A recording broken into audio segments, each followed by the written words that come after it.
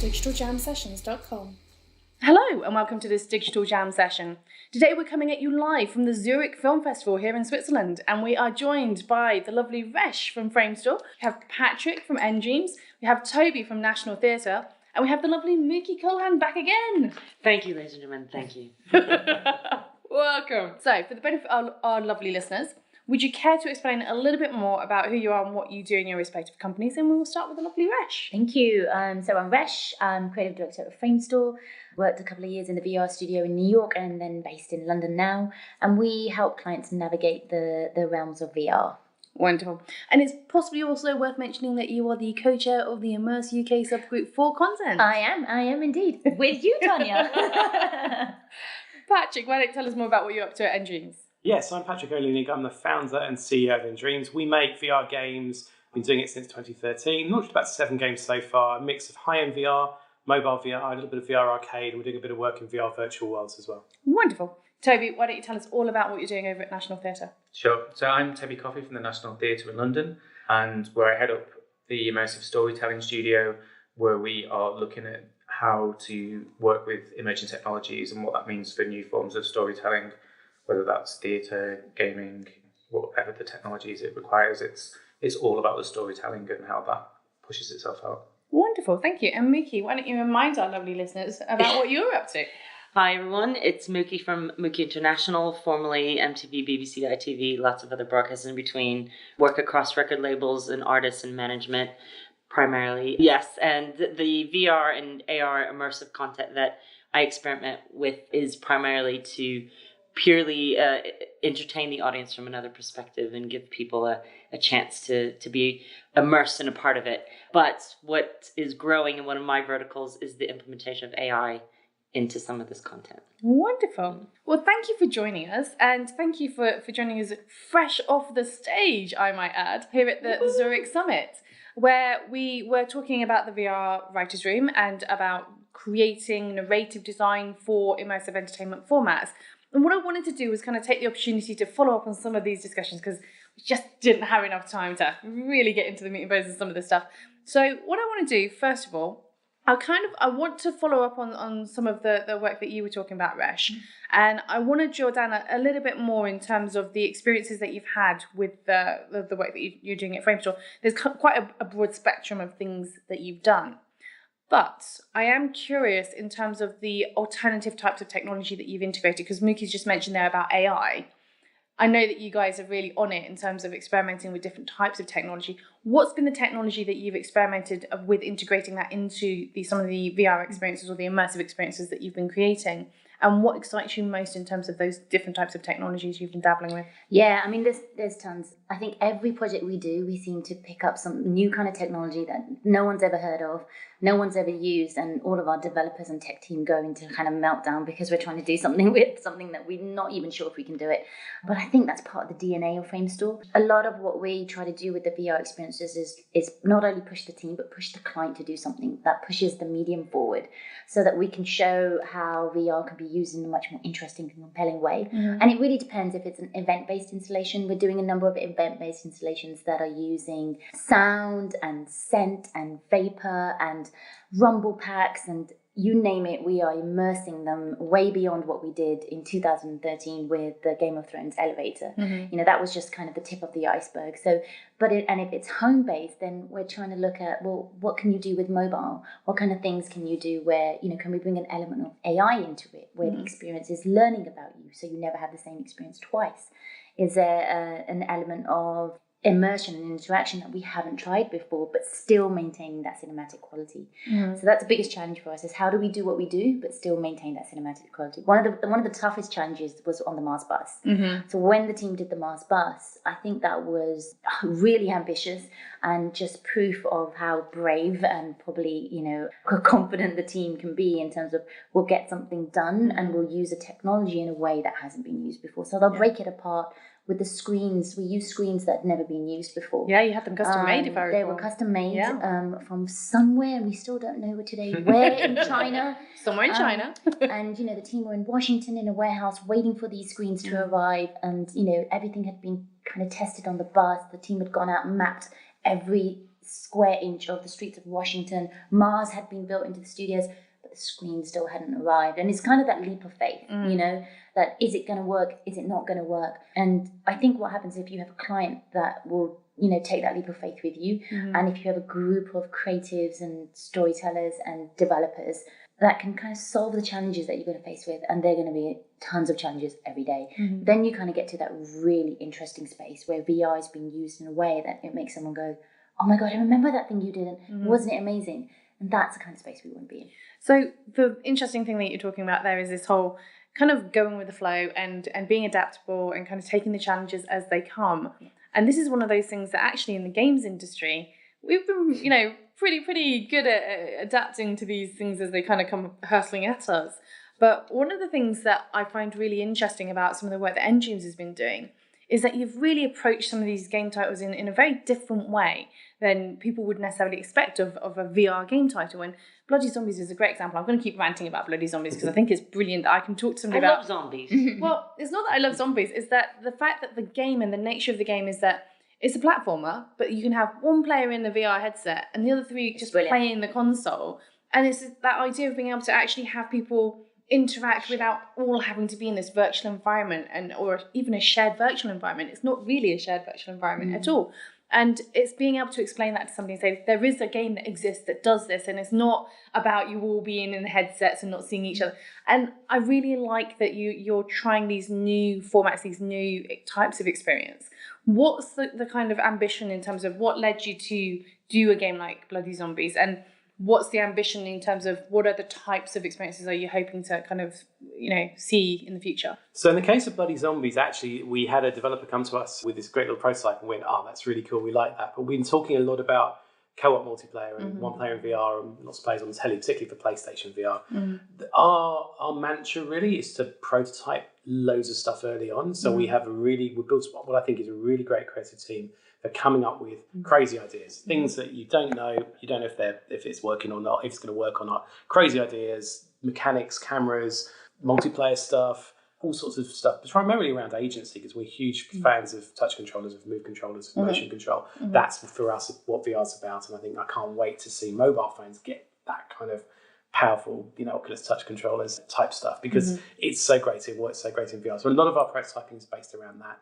And we just try stuff out. And quite often stuff we think is going to work is awful. And quite often stuff that we think is going to be awful works. And we've had lots of examples of that. Really counterintuitive stuff. So you've got to try this stuff out.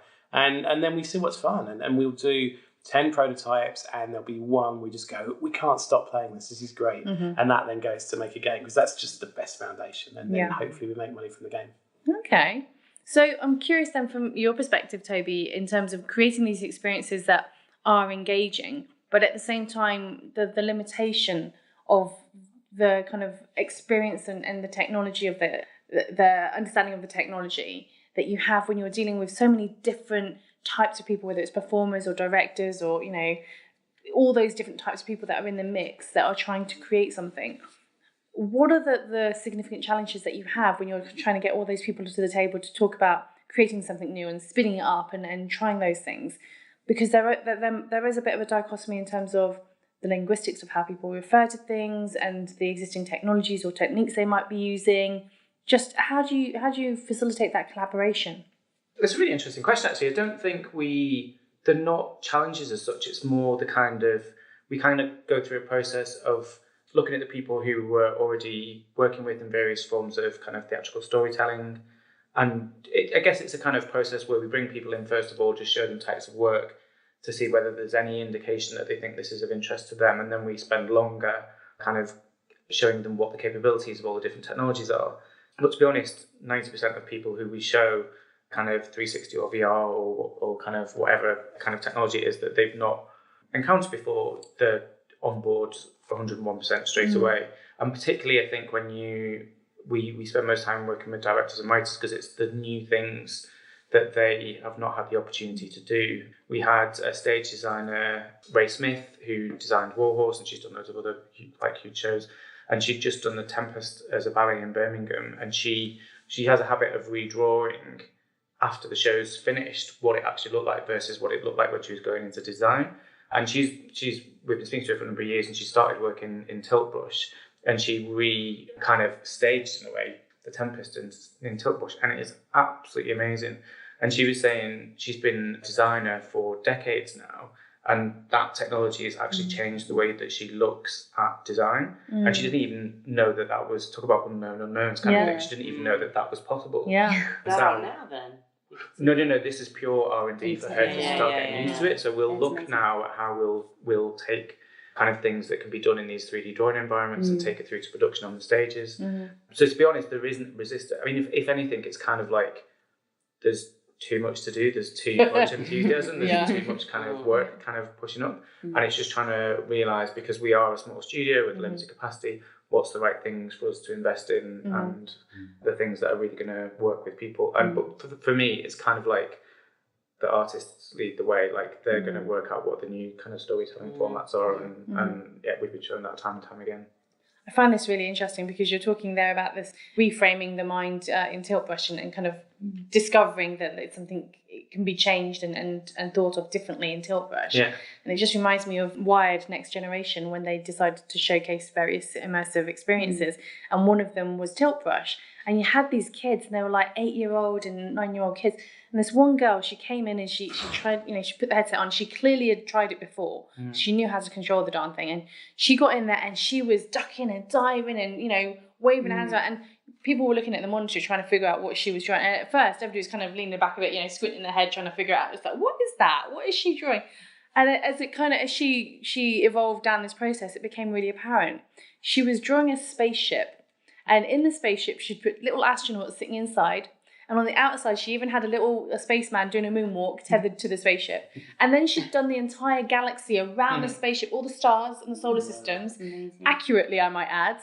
But she was thinking in 3 dimensions the entire time. And so when she was ducking and diving, it was literally that she was planning and drawing in 3 dimensions. And everybody who was watching it on the monitor was just like gobsmacked. They was just like, how does this kid even... How old know was she? how to do. She was like 9 years old. 9. And everybody was just like, A, she's brilliantly creative and artistic that you can, that she's drawing so well. But B, the fact that she's thinking in these 3 dimensions and she's thinking in this really integral way so that she's not crossing over lines or doing odd things with her shapes. And it was just like, wow, that's really a new way of kind of thinking and approaching this stuff. So I find that kind of adjustment to thinking really interesting. Yeah. But that'll be a natural transition for an artist, especially an art director, stage and theatricals. But even from graphic designers. And well, I use it. It's funny because I'm writing an article at the moment, and it's about the way the design process has changed within VR. A lot of people will say to me, well, how do you conceptual VR? How do you pitch your VR ideas? And I say, well, the first thing we did was throw away the rectangle because that would just... people couldn't understand the concept because they couldn't visualize themselves in the world. And Tiltbush is one of the techniques that I use. And to me, it was just normal. It's something that the first time I picked up Tiltbush, I thought, well, this is great. I can sketch out the world that I imagine. And when clients come in, I just place them in that world. And then they start breaking it and drawing things, which is exactly what you want. And you can get that real-time feedback. But to me, that was just a normal process. But the moment you start talking about it and telling everybody, they hadn't even thought about doing that. And so sharing that knowledge and sharing those little tips and techniques, like, we've even taken out the papers and used Lego to map out objects in the world where we draw a circle so we can get people to understand, and paper prototypes. It's all Blue Peter again. That's exactly how Aardman do it. That's exactly how Aardman were doing it. And it's brilliant. And it's almost like being creative again. So there's an energy and it's exciting when you bring musical artists and theatrical artists into it, game designers into it. In the Frame Store scene, we have game designers. We draw from the theatrical world because everybody brings this magical mix together, and you never quite know what you're going to get. And I think that's why it's such an interesting creative space to be in. There's something really powerful about creating levels inside VR so that you can see the space, the 3D, visualize it, grab a wall, move it around, place stuff. It's better and it's quicker. And so, Unreal now provides some tools to do that. And if you're creating your own, internal tools, level editors, do it in VR because it's such a powerful way to think and Google have their new tool as well to allow you just very simple blocks and shapes. And like Patrick was saying, prototyping is what we do from day one. Grey box, just squares and blocks and shapes and prototypes. So I think we're going to see a lot more tools coming out, but I think put those into the hands of artists. Like I was with Dear Angelica artist Wesley our book yesterday, and she talked about how she used Quill, which is, the equivalent, Oculus equivalent of Tilt Brush. And again, it's putting the tools but into very different artists' hands and then seeing what they make is just amazing. But they're using these tools for the first time as well. Yeah. So I think a lot of it is that naive expert, well, in a little bit of a different way, where they're actually experts in that field on a physical, emotional level. Yes. And then you guys have the privilege of having these studios and giving them a playground It's to a go. platform. It's just a The platform. three of you collectively. I'm a bit of the independent underdog. I don't have the studio. We love the underdog. Yeah. But I think that gives it a space. But that's where I know. So that the gigantic Rolodex of clients that I've got, now I can go like, hey, I bet I could pop by Rash, I could pop by Patrick, 100%. And go, hey, let's. I'm going to bring this artist, and when I say artist, a music industry artist, and even management. Yeah. So I would bring them to the studio and go, okay, just try it. Just play. Just try it, because the roadblocks that I deal with are people that are stubborn and a bit more traditional. Yes. They're my friends. I love them. Thank you for letting me work with you. However, it's the verticals are the same of experimentation and education, and I think being in the digital space for 25 years, I'm constantly educating people, whether that is like, you've got to put this video on a website, to now bring forward fast speed. It's try this new format, try this new way of looking at a picture. And it's just a matter of getting people that are used to one screen, one way of doing things. And there's a traditional way of getting it out there to the public, that there are new modern ways to do it, and bringing people up to speed with the new types of technology that are happening. And I think generally artists want to do it, but I think especially in the music industry and broadcasting TV worlds, I've said this on so many, maybe every podcast or Digital Jam, is the budget issues. Yeah. And so they're afraid to take the chance, because it's a fear of not knowing what it takes to make it happen. Their fear of like, they know there's no returns coming back, because they're not thinking of it as a marketing tool like you could for a film or brands or whiskey tasting thing or things like that. And it's just like, come on, just take a chance. And if I was a Jillionaire, I'd be paying for so many. I would probably have 15 more productions under my belt. A Jillionaire, Zuckerberg, give it to me.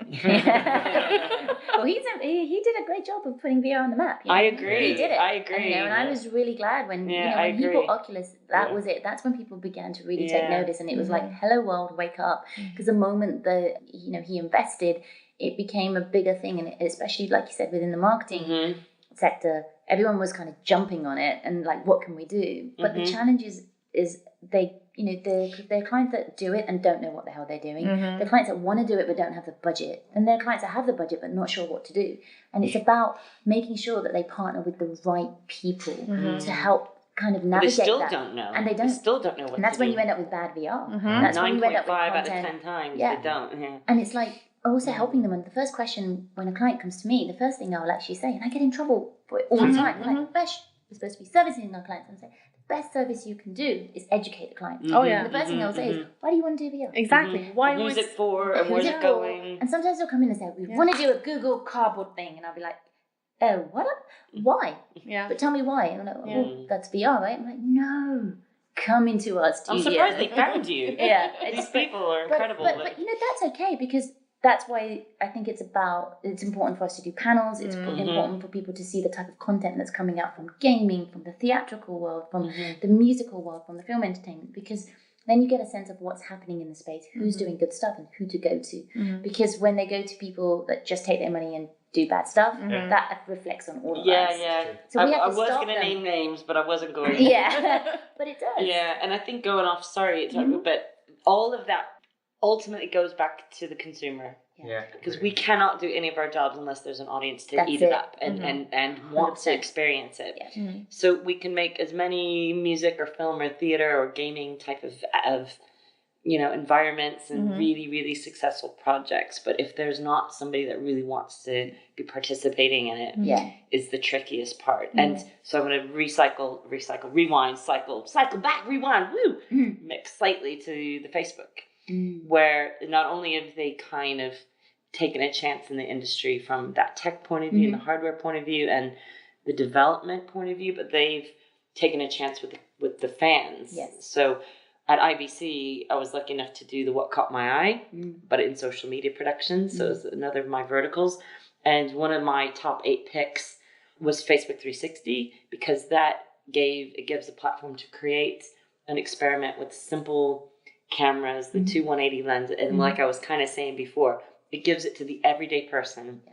So anyone that's ever curious about it will learn more and know what to do. And even if they're looking at through their phone, live 360 streaming through Facebook, because then they'll be more curious to watch the things that the three of you guys produce, and ultimately it's democratizing. Make quality of the amount of quantity you guys like. So here's the thing that I'm kind of interested in, because Resh has kind of spoken about it, and I think you've all kind of touched on it to some extent at this stage, is this whole thing about collaboration and working with other verticals or working with other industries outside of what you might consider as your core industry. And one of the things that I'm kind of curious about is, how do we find these good people? Because we're all right here, Tanya. I'm just saying, we're kind of in our bubble, okay? So we all exist within, very deeply entrenched within the VR industry as such, or the immersive technology and immersive entertainment industries. But for those people who are potentially very talented at what they do, or very creative in whatever, traditional vertical they work within, how do they engage with these people who are so deep inside their own bubble that they can't see the woods for the trees, because they're so focused on the technology implementation of it, or the innovation of it, but they're kind of forgetting to look outside of their own area of specialism to say, hey, you know what, you guys in the theme park industry, you've got some really interesting stuff you're doing, or you guys over in theatre, you've got some really interesting stuff you're doing, and actually having that bridge between those different industries. How do we facilitate and make sure that conversation is happening? Because I think there is a very small contingent of people within each of our verticals who are having those conversations and are opening up the doorways, but it's not something that's terribly common, you know? I know of a really great podcast called the Digital Jam Sessions. And that is a way to get things out. Again, going to meetups. It's again running the workshops, doing constant experimentation, offering your time to mentor students and younger people and even older people. So again, I did this with like a record label, some executives, and they're all older. They're not 16-year-olds. The day before, I was at Media Trust hearing 16-year-olds, and the next day, I said, I'm going to come by and just give you Dummy's Guide. And they wanted me to write like what it is, why should they be doing it?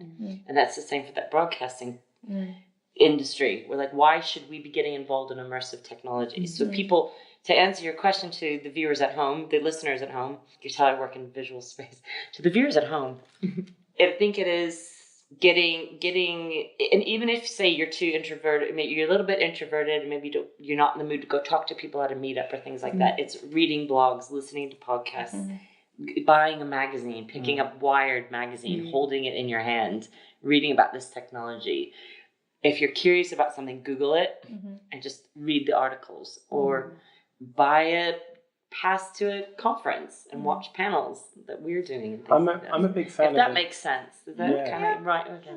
I'm a big fan of the coffee and beer approach. So that's finding people that you think are smart in different areas and then saying, right, you know what? I'm coming up near you. Let's go grab a beer. Let's grab a coffee. Let's talk about, are there any ways definitely. But are there any ways our companies can work together? You know, what can we do? What do you do that that we could help with? And what do we do that maybe you guys could help with? And actually, some of the projects we've got on the periphery of VR, the VR arcade stuff, or looking at virtual worlds, have come from those conversations. We're not quite going as far as film yet and theatre, but I think there's some really interesting conversations to have. So I think we should all just have more beer and coffee. But not mixed together. Well, no, not at the same time. One or the other. Be an interesting type of coffee. But Toby, what's your thoughts on this? I think, we're also, it's very, very early days in terms of the development of the sector. So you will have kind of more kind of niches as it were, but I think it's just generally people, like through all the things that we've talked about, rising above a kind of certain level in such that they're more kind of profiled and can be seen as people that you can pick up the phone to. The biggest problem is when you don't know who, you want to do something, but you don't know who to go for. But quite often it's just being really well researched, looking at who's behind those projects, then getting in touch with them, because it's a very open, collaborative culture at the moment, and hopefully that will continue. I kind of think it's still because it's in its very early days and everyone's open to sharing. I think when the money actually properly lands, then doors might close a little bit more and people might be a little bit more guarded. But like at this point, and this very important point of the industry, we are all really open. And I think the thing with the audience as well that you're talking about, yes, we've got time for them to build up, which is good because it gives us time for us to get our to find out what it is. The thing it's about content as well though, and it's really good that you do turn clients down with naff idea, because actually if the audience when they come just find a load of stale marketing material they can't engage with, then I've talked myself out of work a couple times. Broke, and then I'm broke but happy that month, knowing that I didn't encourage somebody just to make something. The challenge is you kind of say to them, well, look, that kind of thing that you think is going to be good in VR, like being on a motorbike and in sand dunes and going at 100 miles an hour, is actually not going to be very good. And then it's kind of like holding their hand and saying, well, tell us what you're trying to do. And half the time you realise what they're trying to do is generate buzz or PR. Right, well, where do you want to be? You want to be at Comic-Con? Okay, now we have a brief. Now let's tell your brand story in a really interesting way and do something that only VR can do. And then when they understand that, it becomes part of their strategy. And that's really exciting. But to your point about like how do you find people in the VR space? It's been one of our toughest challenges in the past 4 years. And it's interesting because people have said, people have said to me after a panel, Rash, where can I go on a course to learn about VR? And it's really funny. It's like, well, you know what? You can't. What you got to do, you've got to jump right in, make stuff, meet people, go to meetups, Women in VR group, the digital jam panels that you run. Go and meet people and go and show your interest. Because what I say to people is, I'm not looking for a CV. I'm not looking for a skill set. I'm looking for a mindset. And there's a difference in that. And the people in our team now, if you had said to me a year ago, Rash, these people would be in your team, I'd be like, whoa, you are having a laugh. We have game designers that we've stolen from the game design industry. We have a theatrical writer. Now Patrick works on his own. And I think it's going the other way. And also, our visual effects artists, having worked in the virtual space, love it. Now I'll go off to make games, and it's this beautiful kind of cross-pollination of skill sets. And I think VR has forced industries to come together that were traditionally kept apart, and that's what I love. I agree. They're kind of accidentally going like bumping into each other. And then we're like, hey, this is amazing, and there's this beautiful we worked with Punch Drunk, and we were in that room, and just the way they were thinking, and we were like, obviously we're not theatrical performers, but it blew our mind. And to take that back into the project into what we were doing, suddenly it was like, we need to work with more people like that. And so when we're doing projects, we try and bring people. Like a Reese's peanut butter cup. It's like, you got your chocolate and my peanut butter. You got your peanut butter. And it's chocolate. delicious. It's beautiful. And some people are like, oh, but other people are like, yay. But it's interesting because people are curious. For a really long time, people talked about transmedia and how transmedia is supposed to be this whole crossover between all these different verticals. Not transgender media. No, but transmedia in terms of the crossover between different types of format and different types of verticals. And yet, when we look at VR is almost like an embodiment of the intent of transmedia. I agree. Because you're genuinely bringing those different. And I think together. you know why it's happening. It's because it's not forced, and the challenges are so new and so unheard of that you have to bring different skill sets into it. Otherwise, you cannot work this out. And you don't want to be the person that goes back to your client saying, "So that thing that we said we could do, we can't do it, and we're not sure how we're going to do it." And you've got to just pivot, and you're halfway between being completely scared and completely exhilarated because it's such a new space. And I think there's some people that love that chaos and thrive in it, and there's others that just like, nope, I need to know my storyboard, I need to know my frames, my cut, the traditional types of production. It's like absolutely okay. It's like the difference between corporate and entrepreneur. It's a different mindset. It's a mindset. It is a mindset. And you feel it when you're on the panel with the right people. You feel it when you're at an event, and it's that energy is exhilarating. And also, you have to be honest. Like with me, some companies want to keep their trade secrets, and that's okay, but not for me, because for me, it's about if we don't share, we can't push the medium forward.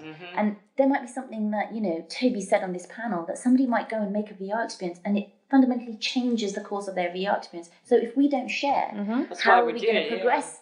Whereas, I was a digital creative director for many years in advertising, lots of men, and it was just like, really guarded, like arms closed back. It's my idea, I'm the executive creative director. And it was just like a really kind of egotistical industry to be in. So you step into VR and suddenly everyone's like, well, how did you do that? Oh, that's really interesting. You're what? You're a theatrical performer or you're a game designer? Well, how would you approach this? And suddenly the conversation becomes so much more creative and you leave. There's not a day I don't leave the office where I learn something from the team and vice versa. And that's I don't want that space to change. And like Toby said, I think when the money starts rolling in the next 5 years, I'm sure it will change. But until then, I think we're all in for it. That could be the dangerous era, though. Yeah.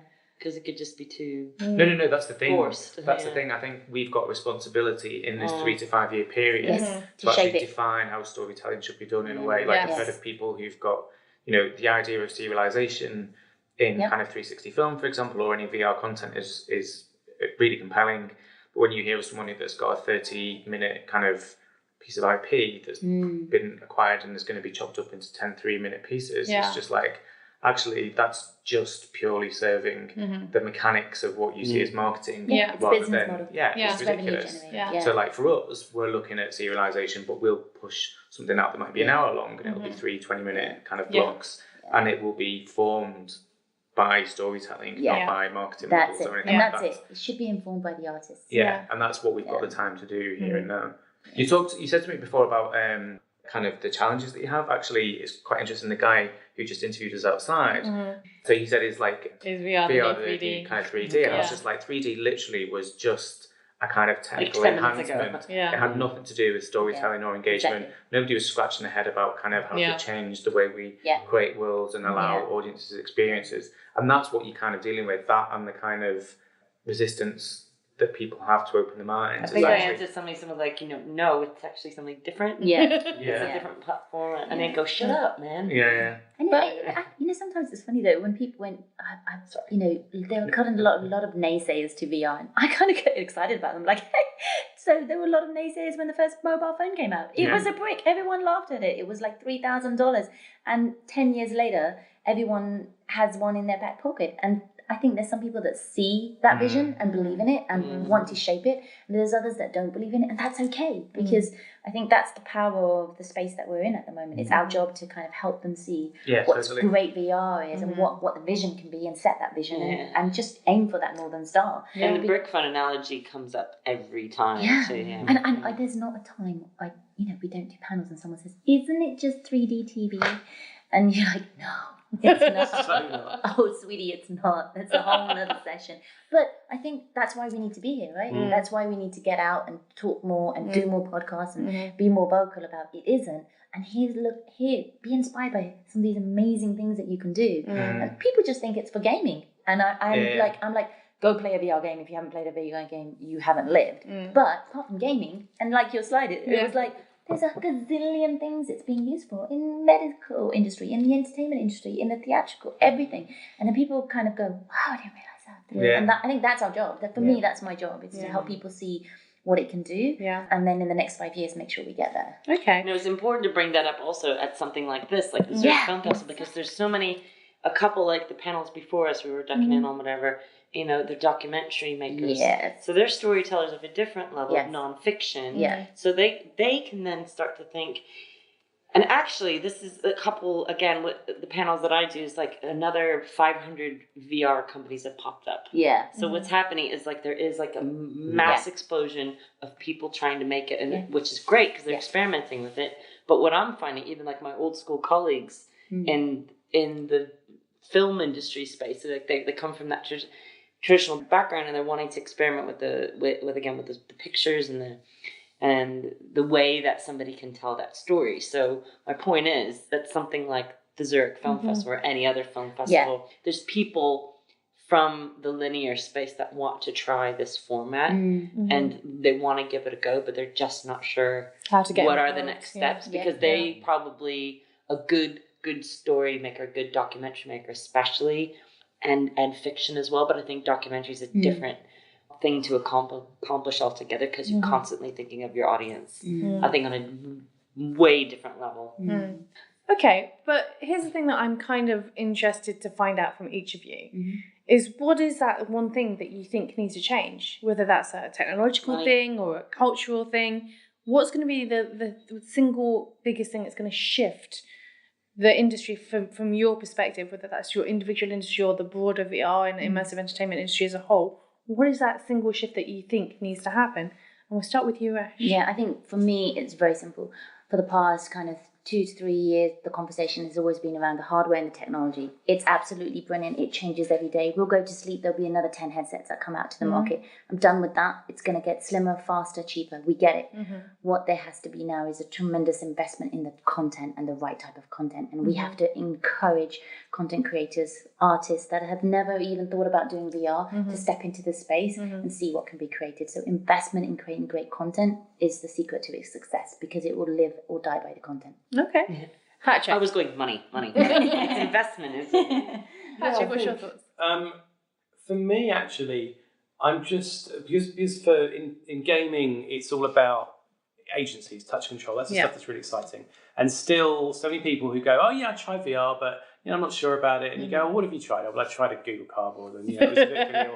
I tried a Gear VR, but I was touching the side of it, and it wasn't very useful." And you're like, "No!" And then you show them an Oculus, and you show them a place, and they go, "Oh my god, this is amazing!" So what I want to see is mobile VR or cheap VR, whether that's full-on standalone wireless headsets or mobile headsets that do proper hand tracking or touch control, where you can reach out and grab stuff, because that's what people do when they see VR for the first time. They reach out to touch stuff, and you can't do that properly on mobile VR. The daydream control is great, but it's not Oculus Touch, and that's where we need to get to. So I'm hoping that will come, and I know it will come, but it's just a matter of time. Okay, It's coming. Toby. It's a really tricky question, actually. I mean, it's both the things that you said. It is, in a way, at the moment, it's the technology needs to catch up with people's ambitions in a way that we can disprove the naysayers and kind of get on with what we're doing. Because I think at the moment we need to kind of push on. We have to educate through by example. Like, we have to take a naysayer, put a headset them on, and then they go, "Wow, this is amazing." And like some of the best storytelling that we've had has come from people who've thought this is not good, if you know what I mean, and actually turn them around. So I guess it is that wait for that time for the technology to catch up is the one thing I think that will change and will help develop the markets. But as you say, the investment in content means that when that's happening, we're not then scratching our head saying, "Okay, what does this medium mean to us?" We can just sit there and hold our hand up and say, "Oh, by the way, we're over here and we've got loads of great content already," kind of thing. Yeah. Okay, and Mookie? I have so much to add to this. How much time do we have? I think part of that investment not only goes to the creation of content, but also to marketing it in the right directions. And that's part of educating it too. So our friends who are the journos and other people that are able to reach that bigger audience, it should go that way as well. I think, in my opinion, that transition from naysayer to yaysayer, I just made that up. That's a good one right now. I'm sure someone's used that before. Right, naysayer to yaysayer could, I've said this before, begin with a web VR experience where you are experiencing it through a mobile or a tablet, because then their next step is putting the headset on. And I talk to the virgins all the time, and we are in our bubbles, and there are lots of people like those guys that said, what do I start? What do I do? Where do I start? So I think what will change is that inclusion of, device agnostic, platform agnostic type of web VR that will help get people used to it and take it to the next level of like some of the designs that you guys do. And on top of that, I think with some of the productions in my pipeline is that layering of augmented reality. And I mentioned this at the top, the inclusion of AI integrated into the post-production as well. But I think the layering of the visuals within that experience, so it's a more rich mixed reality, I think is what's going to change things. Okay. From a kind of real life type of productions, less graphic led type of experiences. So as always, we like to give our listeners a way to find out a little bit more about you and what you're up to. We ask you to do that by sharing your social media handle of choice. So what would that be? You can find me on Instagram and you can find me on Twitter, and my handle is @webkitten. Don't judge me on that. Since university. So my Twitter is Patrick OL, and the website with all our games on it, ndreams.com. Just look for National Theatre on Twitter and Instagram, and you'll be able to kind of get a look at what we're up to. And you can find me across the platforms @MookieApproved. Wonderful. Well, thank you very much for joining us, and thank you for listening. If you enjoy this content, don't forget to subscribe and review, and follow us on Twitter @DigitalJam Ltd. Thinking of launching your own podcast? Speak to the GL Pro UK team. who handle all of our podcast service needs. Tell them that Digital Jam Sessions sent you and you'll get 10% off your first order. Find out more at www.glpro.co.uk. digitaljamsessions.com